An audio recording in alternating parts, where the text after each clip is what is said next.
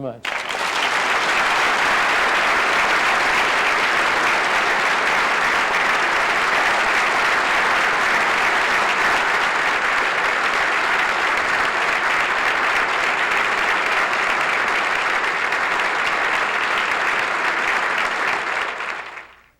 Let's start with the first question over here. Yes, sir. I believe you've just recently returned from Israel, and you were a consultant to the conservative government on economic policy.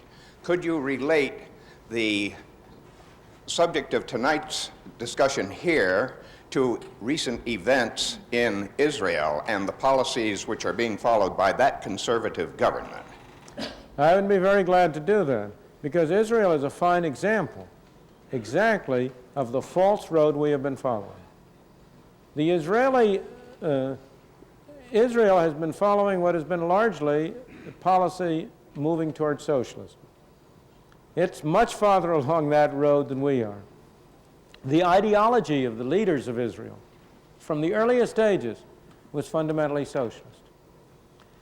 A labor organization called Histadrut is both the largest labor organization and the largest industrial organization in Israel. And the thing that is absolutely fascinating is the extent to which you have complete disillusionment among the people of Israel with this approach and this policy. The Begin government was elected. You call it a conservative government. I don't call it a conservative government. It isn't a conservative government. I'm not a conservative. A conservative is somebody who wants to keep things the way they are. Mr. Begin wants to change things. I want to change things. Mr. Begin is a liberal in the true sense of the word. I'm a liberal in the true sense of the word. The word is now used in a distorted way. The modern liberal is liberal only with other people's money.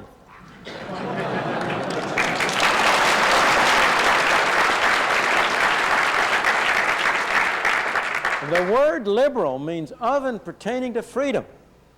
And I believe in freedom, and a true liberal is somebody who believes in freedom. It isn't freedom for the government to take 40% of my income out of my pocket and spend it on things that we, through our political mechanism, have decided on, but nonetheless that I as an individual, you as an individual, have no control over.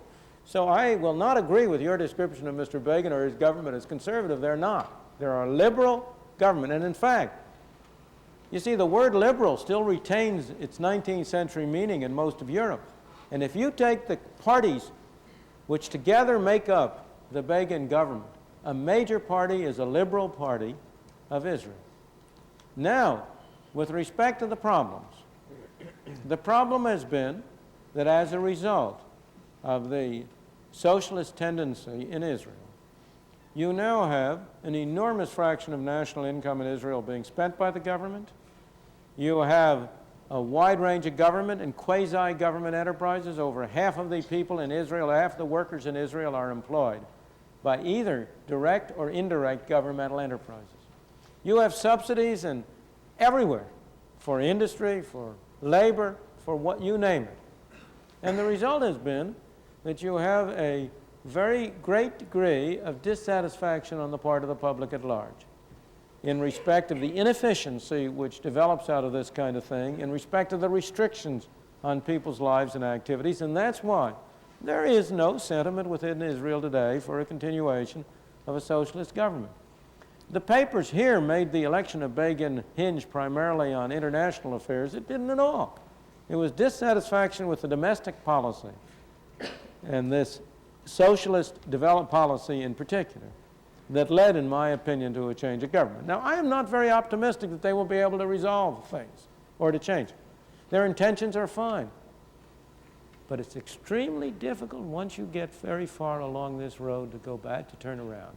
And it's difficult because everybody, under those circumstances, gets a vested interest in continuing it, because everybody's being subsidized.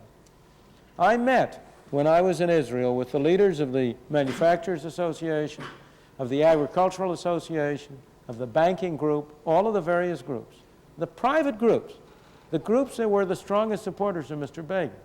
And I opened my session with them by saying to them, you gentlemen are the greatest obstacles to a sensible economic policy for Israel. And they are. The manufacturers say, oh, of course, we're in favor of cutting out subsidies, but you should start with agriculture. And the agricultural people say, we're in favor of cutting out subsidies, but you start with industry. And the effect is you get stymied. But I wish them luck. Will they go to a truly competitive? That is the objective of many of the leaders of the new government, but I have my fingers crossed as to whether they will succeed in doing so. I hope so. Well, thank you very much, and I could not have answered better on the question of liberal versus conservative. I agree absolutely with you. Well, thank you. Very glad. Can we get some more questions here? Fine. Dr. Friedman, first I'd like to thank you on behalf of all of us of having Bob Chittister talk you into doing this program. Well, you thank Bob for talking me into it, don't thank me. I've already thanked him. But I think you've put your finger on what really concerns me and many other people in the business community, and that is this whole area of increased government regulation, the four-letter words you were talking about. I don't share the optimism that you appear to have of being able to do something about this.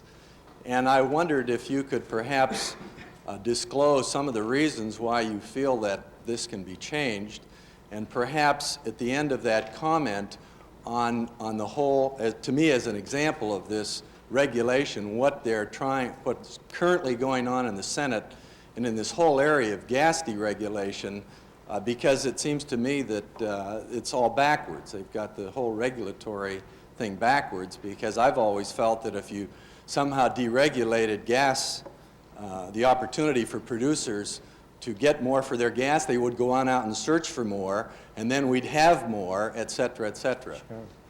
Well, I quite agree on the final thing, but it's very interesting to, that's in a microcosm what's happening all over and what the problem is. Let me say first, I am by no means persuaded that we're going to turn the corner and go the other direction. It may be that we are on the downslide and we're not going to recover. If you look at most societies over the ages, if you look at most golden ages, and we've been through a golden age, they tend to be short, 100, 150 years at the most, and to be followed by a period of deterioration and decline. That's what happened to Rome, that's what happened to Greece. No reason why we shouldn't follow the same steps. So we may go in the same direction. But the reason I have some hope is mostly the major source of hope I have, frankly, is because government is so inefficient. That's the real hope. If government were spending the 40% of our income that it now spends efficiently, I'd give up hope. But thank God they waste most of it. People complain about waste. I don't complain about waste. Tell me, would you people in this room really like the IRS to be spending its money efficiently?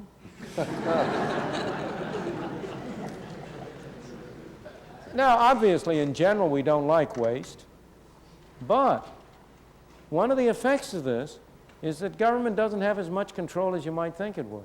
Because you and the other businessmen, you see, you have a war. You have a few 100,000 or 1 million bureaucrats. And you have 200 million people figuring ways to get around the bureaucrats. And generally, we mostly can outsmart them. Now, that wastes our substance and makes us poorer, but at least it preserves some element of our freedom. Now, that's a major source of hope, because it gives us maneuver, and it also means that the public learns that this isn't efficient. Now, the greatest source of danger, in my opinion, is in large part the business community. Don't make any mistake about it. To be pro-free enterprise is not to be pro-business. They are two very different things. And again, I'm not blaming people, but only trying to understand them. Go to the oil and gas regulation. Who are the lobbyists for keeping the controls on oil? If you read the newspapers, you'd think it was consumers. It's a bunch of nonsense. The major source of pressure for keeping oil controls on are one part of the oil industry. Because what you have in this case, consumers don't benefit from the control of the price of oil or gas. It's a bunch of nonsense. We pay the full cost of oil and gas. We're importing oil from abroad. Well, we have to pay for it, don't we? I assure you the sheiks of Arabia aren't paying for it. We're paying for it. And if we don't pay for it directly at the gas pump or at the fuel pump, we pay for it indirectly through taxes. So we're paying for it. Where's the pressure against deregulation? The fact is that right now we have a system under which you have, through price control, a heavy tax on domestically produced oil, which is used to pay a subsidy to those people who refine oil at home, and also to pay a subsidy for importing OPEC oil. To tell the full story gets too complicated. But that's the essence of it. It's one part of the oil industry versus another part of the oil industry. Similarly, there's been a great deal of discussion right now about steel. The steel industry isn't in favor of free enterprise. It wants tariffs, it wants import quotas. Again, I don't blame them. They're trying to protect their own interests. But the rest of us are fools if we let them get away with it. So that I'm not fully optimistic that we're going to solve this problem. But the reason I have some optimism is because what fundamentally determines what happens are the attitudes and philosophy of the people at large. Washington has been doing these things because the public has been telling him to.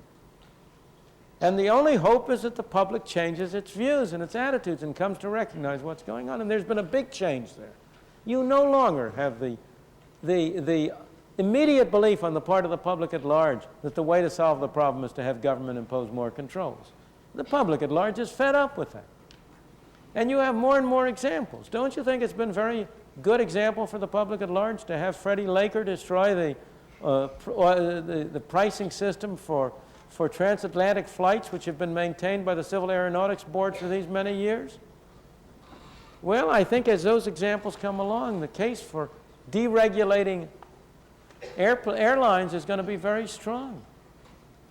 And I think you may be able to get something done. That's why I have some optimism. Yes, ma'am. Previous speakers have asked about energy and regulation. I'd like to combine the two. The industry that's historically regulated are the electric utilities, not only as to price, but how, when, and where, and so forth they can do business. Sure. Is it time to consider totally deregulating them? And if so, would you deregulate the nuclear industry for the safety aspects at the same time? Well, now, you raised a series of very complicated problems which cannot really be answered in simple yes or no terms. Let me go to the very end. What we need is not regulation of safety aspects. We don't need regulation of safety aspects. We need responsibility. I am not in favor of our present system, under which the U.S. government provides insurance to nuclear power plants against catastrophes. Because if the U.S. government is going to assume the costs of such things, then it's going to have to impose the controls. What you ought to have is a system under which a nuclear power plant would be responsible financially for the consequences of any accidents that occur.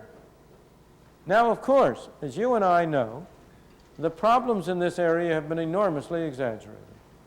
Nuclear power has been incredibly safe. It's been far safer than coal power or oil power or even water power in terms of actual experience over the past 20 years.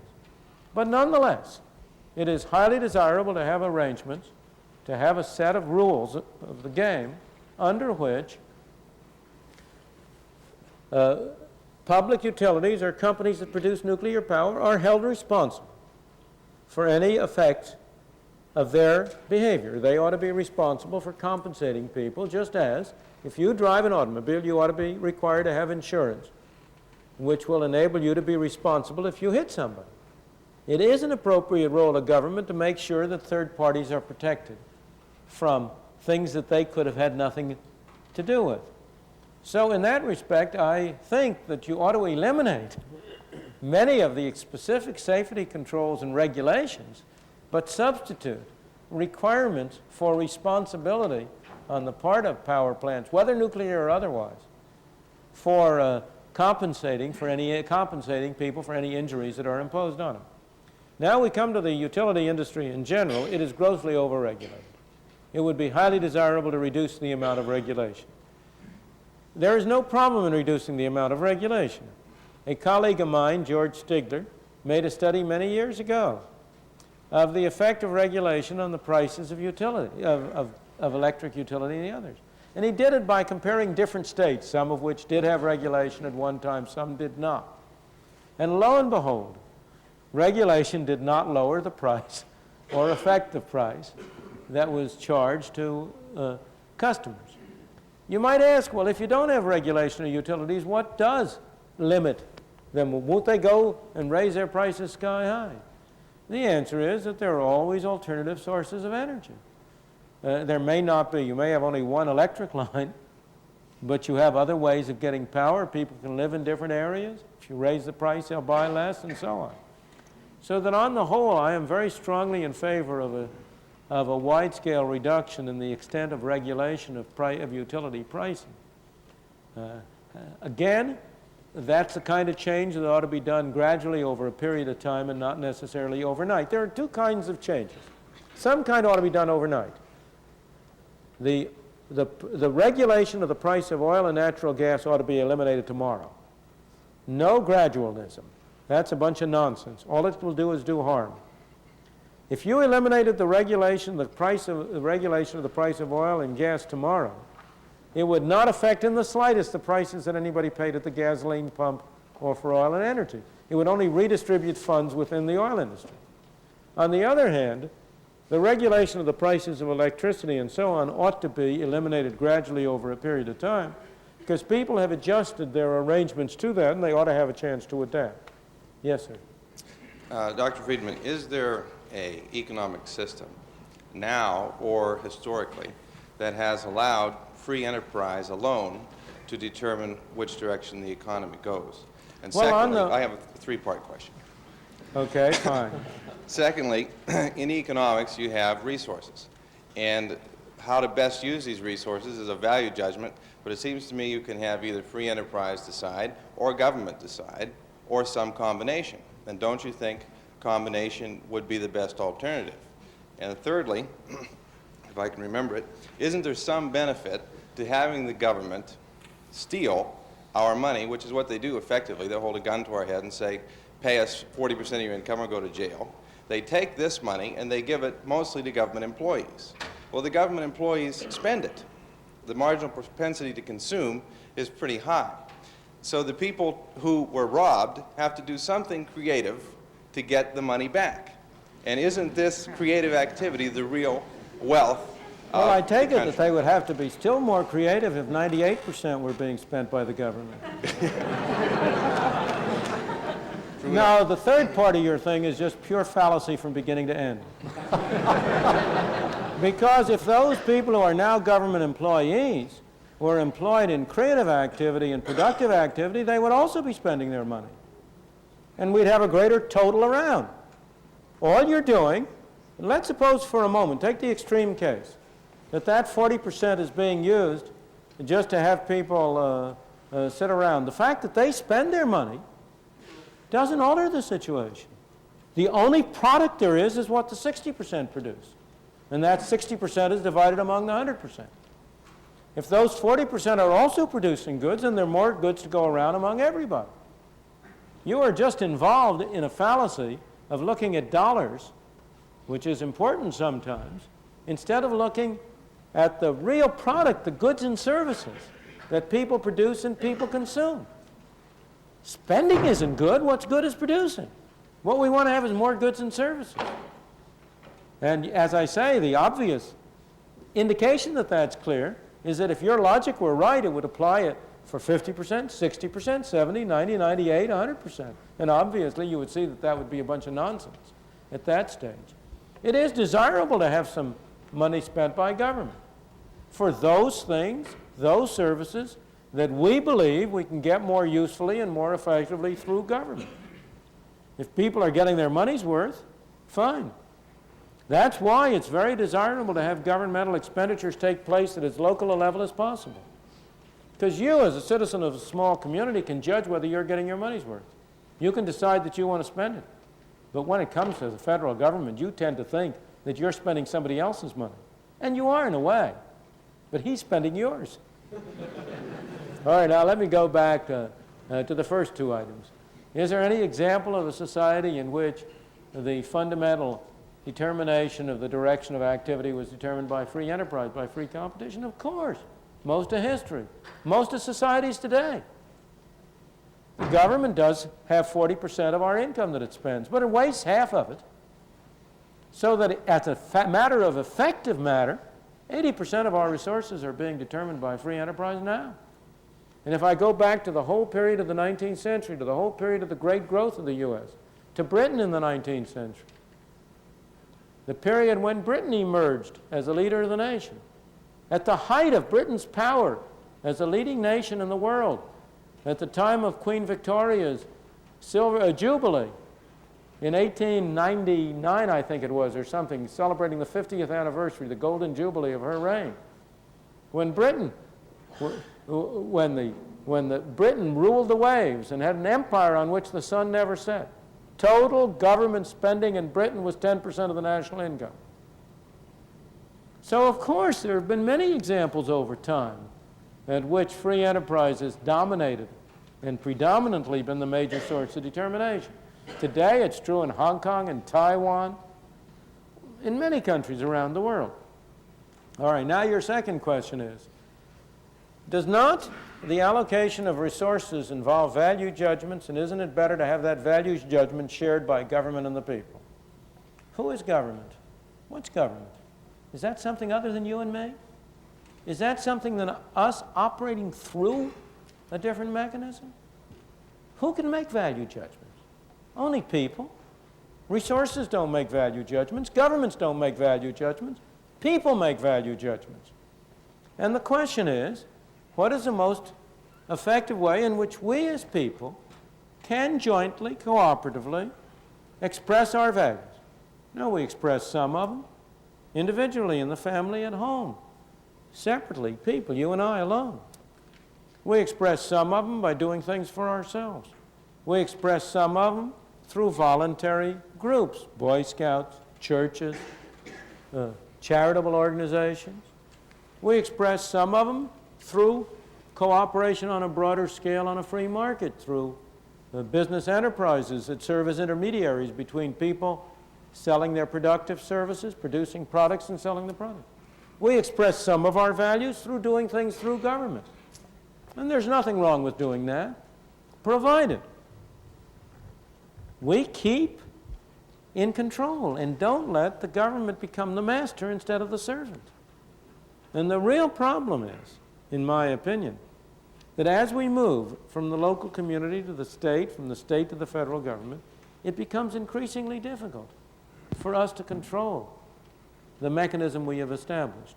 And that mechanism tends to control us. That was the great wisdom of the founding fathers of this country, of the people who wrote the Constitution. That Constitution was designed to limit government's powers in order to preserve the freedom of the individuals. And what has happened in the past 50 years is that the fundamental character of the Constitution has really been changed. We have broadened enormously the conception of what is a governmental power and what is not, and have departed from that limited government until we have created a Frankenstein, an unlimited government that threatens to destroy us. Let's go to the next question. Dr. Friedman, in last year's presidential campaign, a great deal of discussion was lent to the repeal of Section 14B of the Taft-Hartley Act. Could you give us some indication of your view on that, in particular to the restriction of freedoms of individual workers? Yeah. Well, that's, again, the problem of right to work, which is what's involved, is a very difficult and complicated problem to discuss, but it's very relevant to the subject tonight, and I'm glad you raised it. In principle, I am not in favor of laws either requiring workers to join a union or preventing workers from having a closed shop. There's a very interesting thing, that on a level of principle, you can no more justify a right-to-work law than you can justify a yellow dog, the law against yellow dog contracts. Both of them are wrong. The Fair Employment Practices Acts, in my opinion, are wrong. because they interfere with freedom of contract. People should be free to contract as they wish. The right-to-work laws are in principle wrong because they are an interference with the freedom of employers to contract with a closed shop. And yet, on the other hand, as a practical matter, 14b prevents the imposition of a closed shop by governmental measures. What you've got is a situation here in which you have two wrong things, and you've got to choose among the lesser of the evils. The repeal of 14b would make it impossible for states to get out from under governmental regulations, federal government regulations, which in effect have the effect, even though this isn't legally their wording, they have the effect of mandating closed shops, even where both employers and workers might not want it. And 14b provides a loophole whereby the individual states get out from under that requirement. And as a result, what I'm really in favor of is not the repeal of 14b, but a much more far-reaching change of federal labor legislation, which instead of having the federal labor legislation be as one-sided pro-union as it is, made federal legislation much more neutral than it now is. And under those circumstances, I would not support right-to-work laws. Under the present circumstances, I'm in a dilemma. I don't like to support them because they seem to me wrong in principle, and yet they offset another evil, and on the whole, the right-to-work laws seem to me the lesser evil of the two.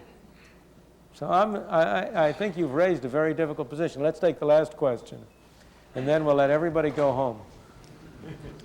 Dr. Friedman, I'd like to hear your answer to a very simple question that's often very persuasive, and that's that the existence of big business requires the existence of big government.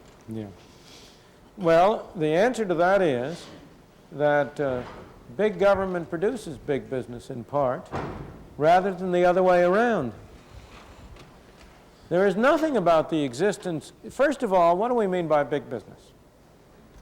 Businesses have gotten larger in absolute size. An individual business on the average employs much larger number of people than it did in an earlier stage. But in the main, business has not gotten bigger in terms of the share of the market occupied by a small number of enterprises. The great developments in the past 100 years have been improvements in communication and transportation which enable competition to operate over a much wider area. 100 years ago, you had much more local monopoly. The small enterprise was much bigger compared to the local market than the big enterprise can be compared to the broad market. Now, what's the problem of big business? There's no problem of big business, there's only a problem of monopoly. The problem is to try to avoid a situation in which you have only one potential employer or one potential seller of a product. What would be the most effective way of doing that? The most effective way of doing that is to have complete free trade, to have competition from all over the world. That would almost assure that no company could be in a monopoly position. Under those circumstances, what do you need big government for? Moreover, if you look at the way in which government has become big, it hasn't become big that way. Look at the federal government. What's made it big? What's the department in the federal government today that spends the most money? Health, education, and welfare. The big growth has not been in anything whatsoever having to do with big business. It's been in taking money from some people and giving it to others. It's been in the transfer payments, Social Security, welfare programs, food stamps, all of the rest of it, not in anything having to do with big business. So I think the argument that big business requires big government is a bunch of nonsense. It just is not in accordance with the facts. That if I subtracted from government those activities which have nothing to do with big business, I would be left with a very small government. Now, people ask a very different question that is related to what you say, and that's one I want to answer briefly, and then we'll have to terminate this. People say, well, what difference does it make whether it's General Motors you're dealing with or the U.S. government you're dealing with? Both are big enterprises, bureaucratic enterprises. Aren't you just as badly off? There's an absolutely fundamental difference. General Motors cannot get $1 from you unless you're willing to hand it over. It cannot send a policeman to take $1 out of your pocket. The U.S. government can. That's a fundamental difference. And as a result, I don't believe big business is the kind of threat that big government is. Thank you very much.